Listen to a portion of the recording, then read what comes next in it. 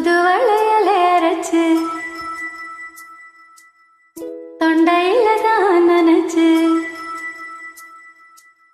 மாமங்கிட்ட பேச போற மணிக்கணக்கா.